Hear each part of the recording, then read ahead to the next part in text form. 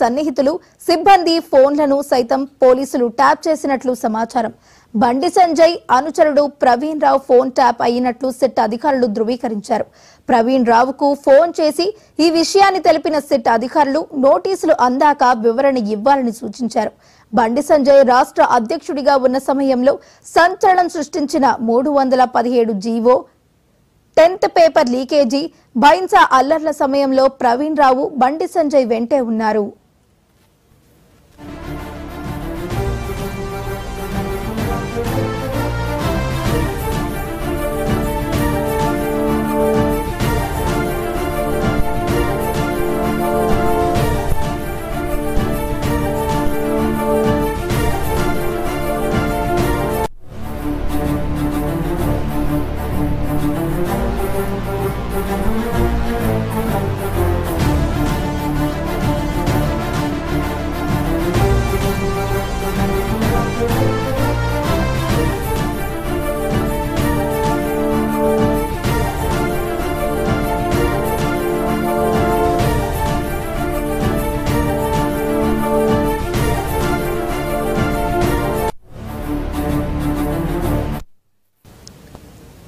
కరీంనగర్ జిల్లాలో phone tapping కేసులో SIT విచారణలో ఒక్కొక్కటిగా నిజాలైతే వెలుగు చూస్తున్నాం. ఇక ఇదే అంశానికి సంబంధించి మరింత సమాచారాన్ని మా ప్రతినిధి రామకృష్ణ అందిస్తారు. రామకృష్ణ, చెప్పండి.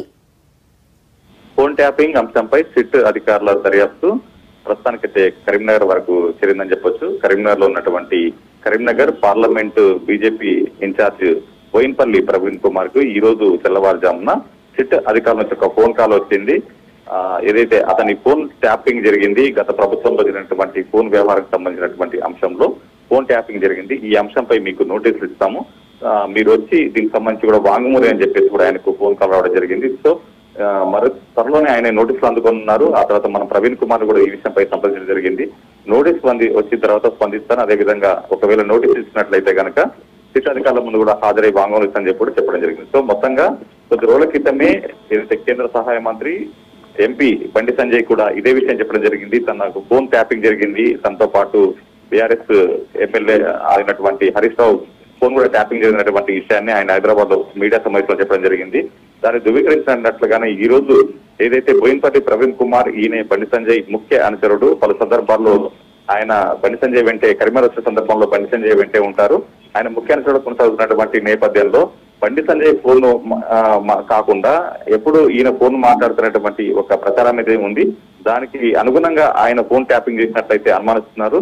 సో ఈ ఫోన్ ట్యాపింగ్ ద్వారా ఈ బండి సంజయ్ కి సంబంధించినటువంటి ఆయన ఏదైతే ఎవరెవరితో మాట్లాడారు అనేటువంటి విషయాన్ని గత ప్రభుత్వం మీదటువంటి అనుమానాలు తలెత్తుతున్నాయి.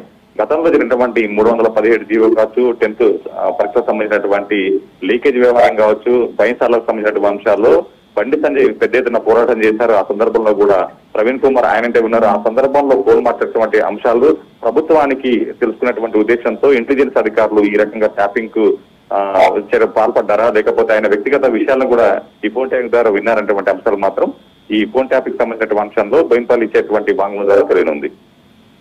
Right, thank you Ramakrishna.